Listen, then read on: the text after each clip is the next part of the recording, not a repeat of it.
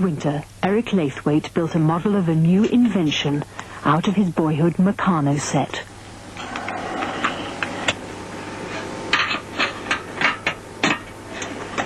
The invention had taken him 20 years to develop. When he first proposed it, he was at the height of his career, and perhaps the most celebrated engineer in Britain. Until tonight, it's been seen only by a small band of sympathizers. I've been involved in making some pretty unusual machines in my time, but even on those standards, this is a very unusual device indeed. It's a new form of propulsion that the establishment said couldn't possibly work. This is a model of something which we have now established as a possible drive even for space vehicles, but nevertheless, as far as the establishment is concerned, this is heresy.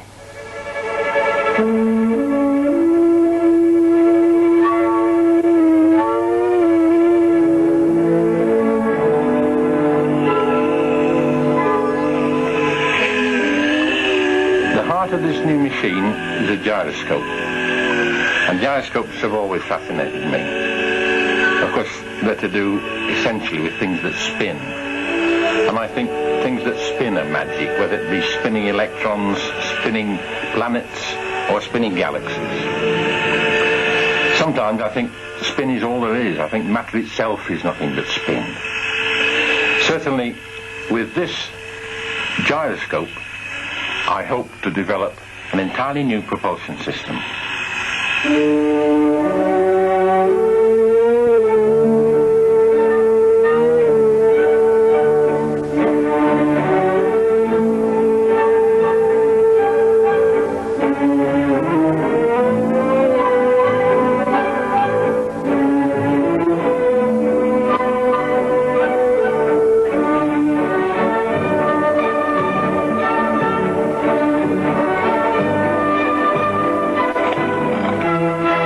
That a toy might become a new form of propulsion has sounded to most of Laithwaite's colleagues like the fantasy of a child, not an engineer. When you first see a gyroscope, it looks magical. And for some reason, he seems to have taken this childlike impression of the gyroscope. He thought it was something strange and mysterious. And if you are an innovator, as he is, the strange and mysterious have a great attraction. And he followed that, and he followed it too far. There you go. But for some engineers, he's a hero. Eric Laithwaite is one of the giants of electrical machine developments in the 20th century. Right. He's a man with intense curiosity about all technical matters, a burning desire to find out how things work, how things operate. He also has a desire to communicate his ideas and share his enthusiasm. You get the impression that it's trying to get a grip on this magnetic flux. Laithwaite seems always to have had an enthusiasm for the strange and magical. Oh, it's going nicely. The linear electric motor is a very simple idea. It's just an ordinary electric motor which has been unrolled and will produce a force. He's best known as the developer of the linear motor.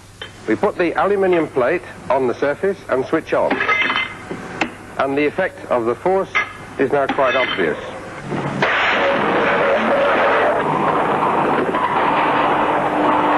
In the 60s, as a young professor at Imperial College, Laithwaite developed scores of applications for the linear motor. In the 70s, one was used to power a British experimental high-speed train.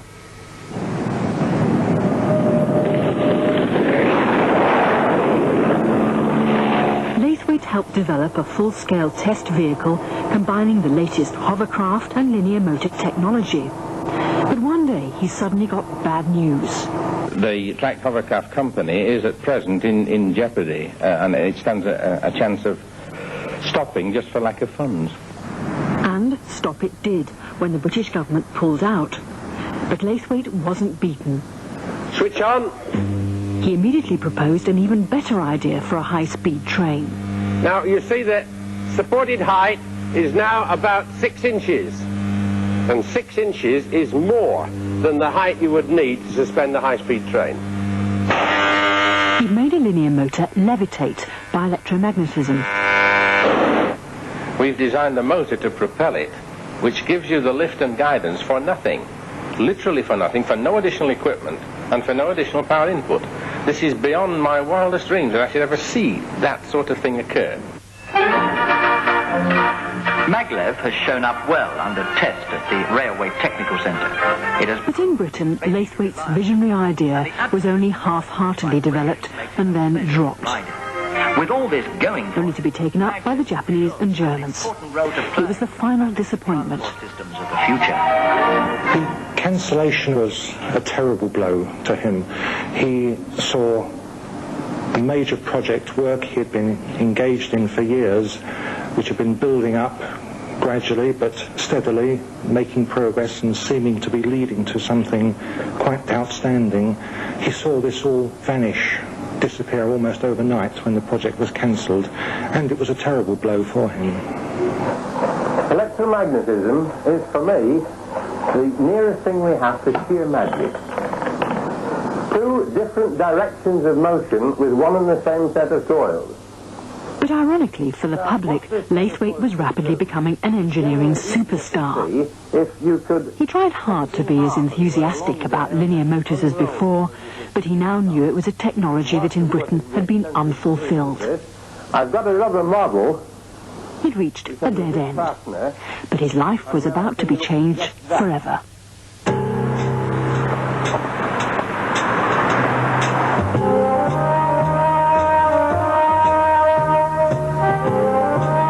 Fateful day, this man phoned Laithwaite to say he had a remarkable new invention.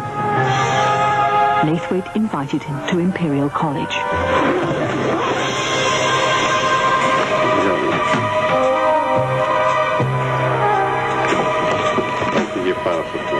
An amateur inventor, Alex Jones, had brought Laithwaite a crude device which he said broke the laws of physics. Other scientists of Laithwaite's eminence might well have dismissed him as a crank, but Laithwaite was curious. Jones's device consisted of a weight hinged to an upright stand mounted on wheels. Just swinging the weight from side to side, said Jones, would propel the device a few feet forward, with no drive to the wheels, no external thrust. Laithwaite knew that was impossible, but Jones told him it wasn't, if the weight was a spinning gyroscope.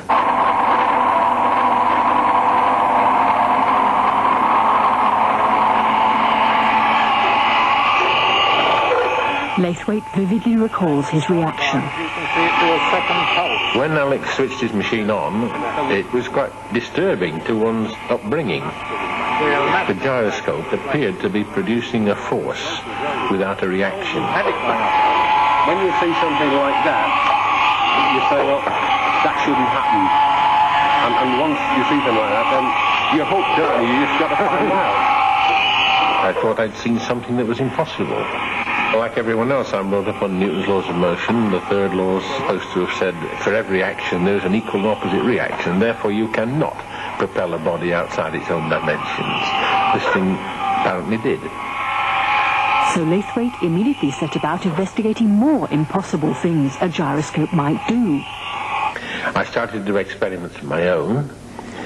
One of them was to make rather large spinning tops with most of their mass in the rim of the wheel. And these very definitely did something that looked impossible. And by 1973, Sir George Porter asked me if I'd do a discourse at the Royal Institution. The Royal Institution is one of Britain's most august centres of scientific learning.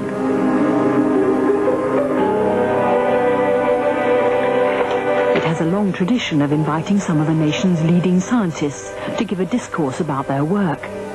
The great scientist Faraday himself had been a frequent lecturer, but such was Laithwaite's standing that he too had been asked more than once to follow in his footsteps and address the cream of Britain's scientific establishment.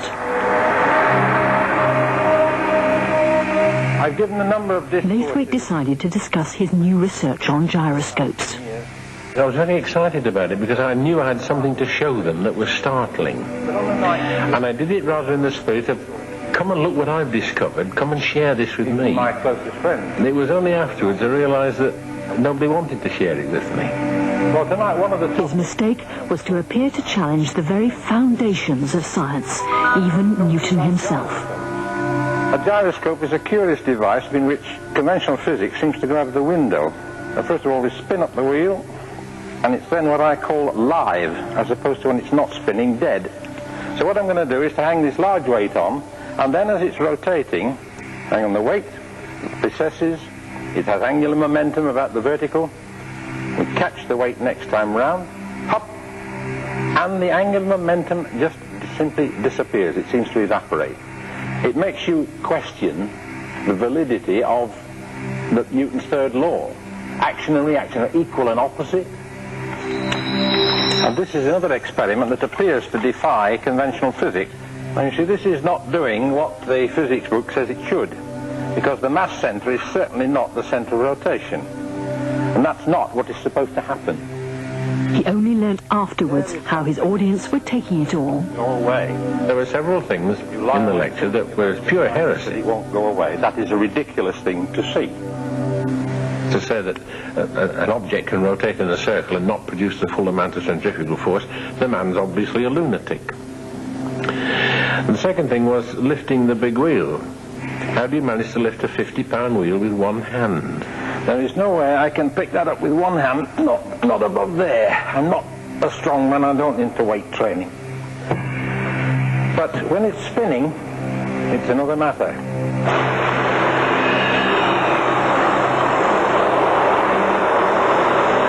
Release it, and it begins to climb almost on its own. No strain on my arm at all. There must be some trick. It was what people said.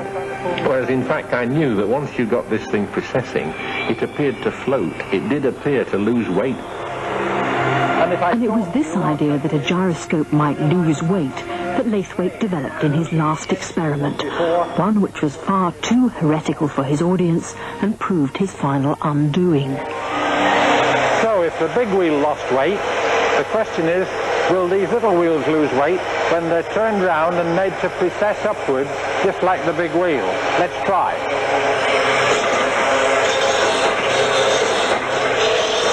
Now each time the wheel comes down the wall, you see the needle kick back. It appears to give a lot of weight, as with the big wheel.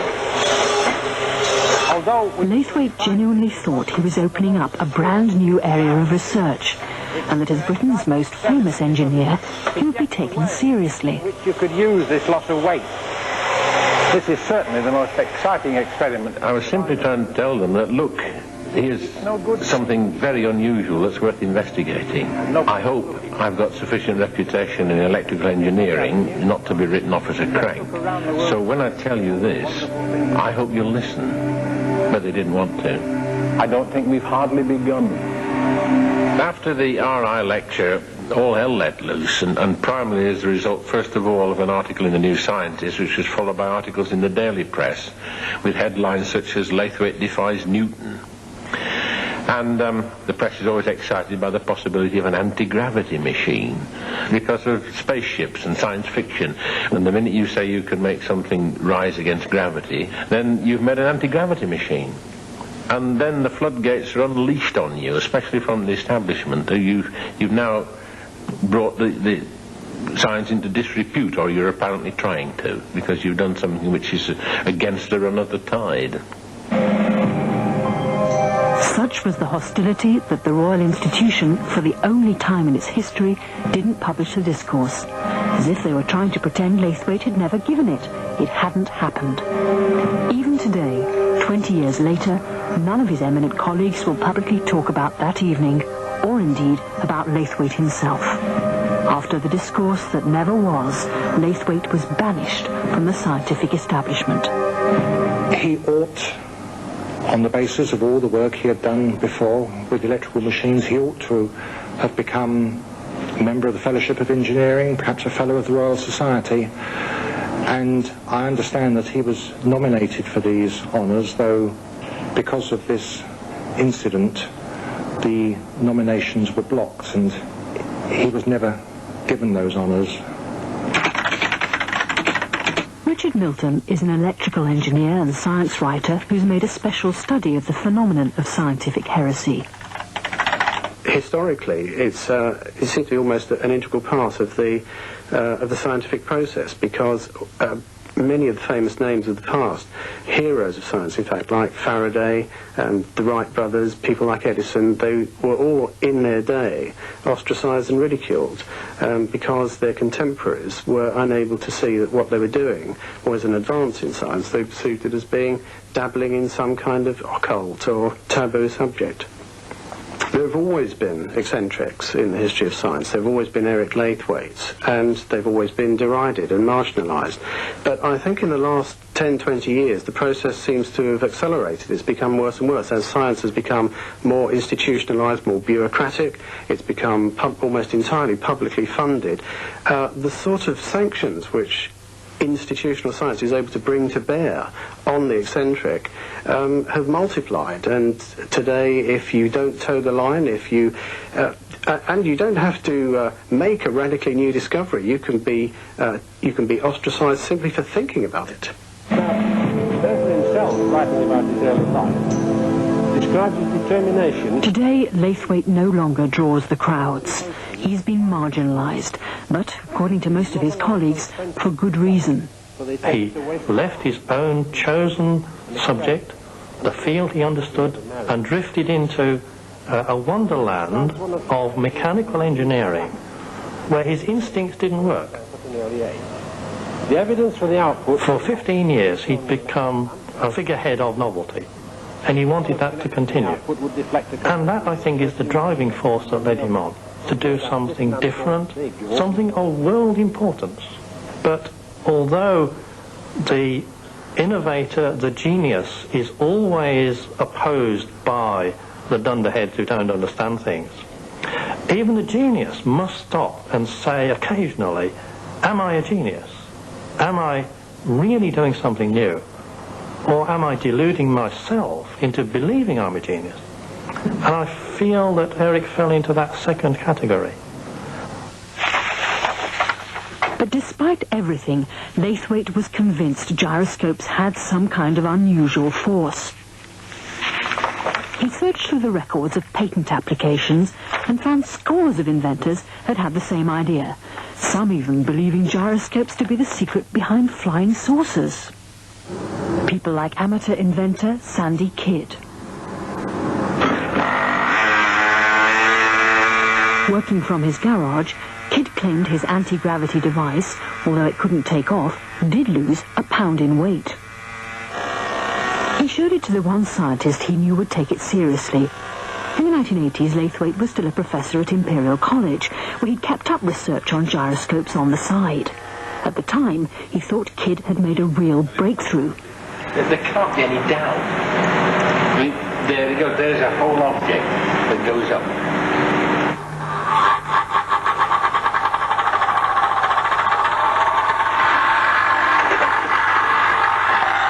Scovell was another inventor consumed with the idea that gyroscopes could produce a new form of thrust unknown to physics.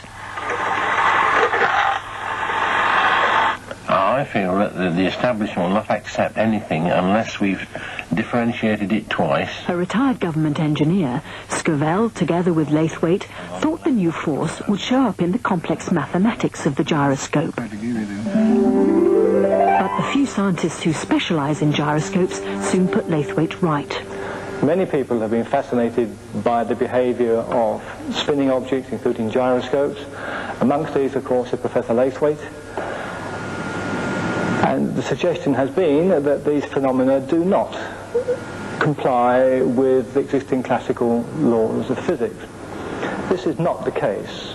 These equations have been known for 200 years, and proper use of these will in fact predict with a very high degree of accuracy all of these so-called magic phenomena that one witnesses from demonstrations like spinning wheels being lifted easily and apparent levitation. Indeed, when Sandy Kidd's device was independently tested and its weight properly measured, there was no levitation at all. Laithwaite almost gave up. most depressing time was when I discovered there were no forces to be had from gyroscopes. They don't deal in force. The people who'd taken out patents like Sandy Kidd and so on were misguided.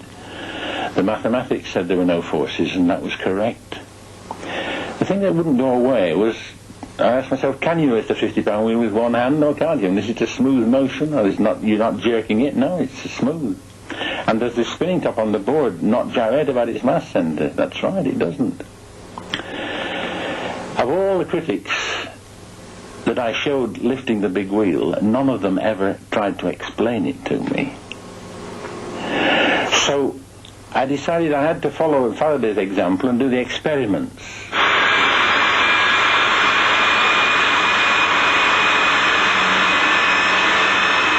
And so, after retiring from Imperial College, Laithwaite started experimenting in earnest.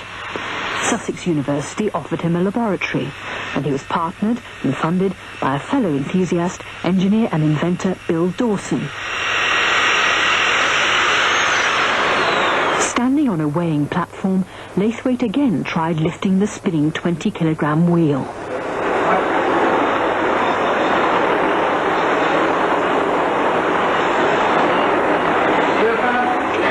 To know if his sense that the wheel had lost weight was real or imaginary. Yeah, that's not bad. Yeah, very good. That's where the initial lift, and then that's where it feels like when you go around the back of the neck. There's no doubt about the actual loss. No doubt about the weight loss. No, not at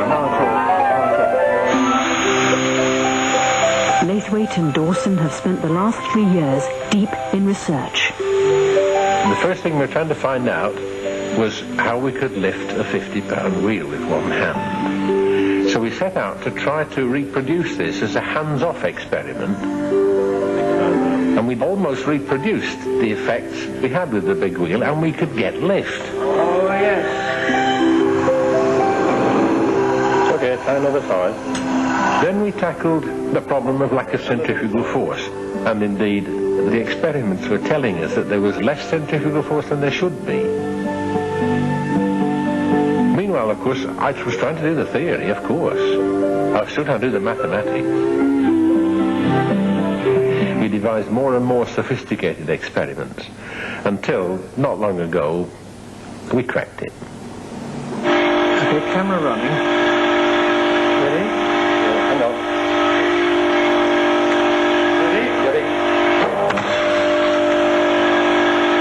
Ready? Two gyroscopes precessing in tandem around a pivot. Start. For Laithwaite, this was the Eureka experiment. 0, 2, 3, 4, 5. The real breakthrough came when we realized that a precessing gyroscope could move mass through space. The spinning top showed us that all the time, but we couldn't see it. 0. If the gyroscope does not produce the full amount of centrifugal force on its pivot in the center, 2. then indeed you have produced mass transfer. 3 squares. 38 to the halfway point. Just 3 squares. I'll continue. Yep. 39. It was more exciting than ever now, because I could then now explain the unexplainable. Gyroscopes behave absolutely in accordance with Newton's laws. Wow. We were now not challenging any sacred laws at all. We were sticking strictly to the rules that everyone would approve of, but getting the same result, a force through space without a rocket.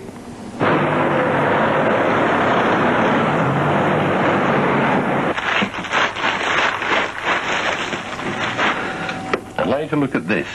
I've had this revolutionary idea for a new kind of propulsion device.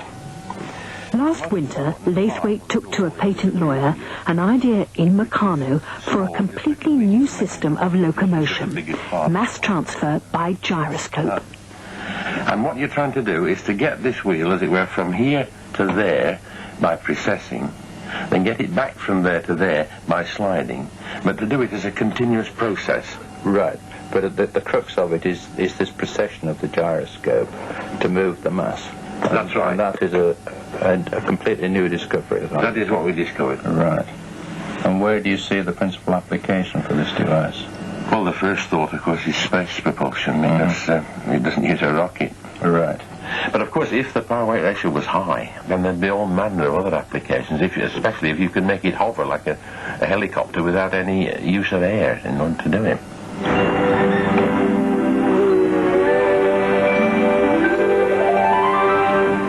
To be a scientific heretic really takes a lot of strength.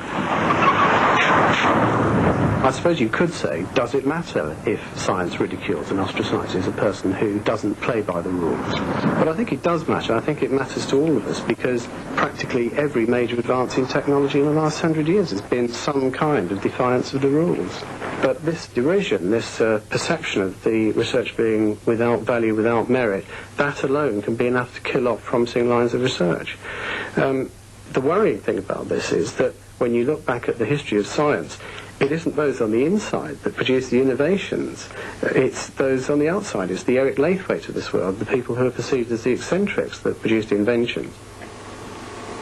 But science has a dilemma. Can it really be open to everything and explore every new idea, however unlikely? On the other hand, science is about innovation, and by definition, the more innovative an idea, the more challenging to existing theories, and therefore the more unlikely. So when the innovations are so great they become heresies, before testing the strength of the new ideas, science will test the strength of the heretics themselves. The qualities you need to be a heretic, undoubtedly, tenacity, I think, is the first one. If you believe you're right, you have to have the courage to go on. You can't just pretend, oh, well, I'll play to their tune and I'll get what honours are coming to me because I did linear motors, and so I'll be satisfied with that. It wasn't like that. It was rather like the White Rabbit in Alice in Wonderland. If you've seen a white rabbit take a watch out of its pocket, you're going to follow it. It's pretending it's otherwise. I'd have done this anyway, whether I'd had a reputation in engineering or not. It was the curiosity that took me. But now, of course, it's got serious. Whether a heretic is a visionary or a crank is ultimately for science to decide. But has it got the balance right? Should persecution ever be the price of innovation? Why should people reject the idea of something new? Well, of course, they always have. You go back to Galileo, they were going to put him to death for not saying the Earth was the centre of the universe. I'm reminded of something Mark Twain once said: a crank is a crank only until he's been proved correct. So now I myself have demonstrated that I've been correct all along. Anyone seeing the experiments would know at once, if they knew their physics, that I've done what I said I can do, and that I'm no longer a heretic.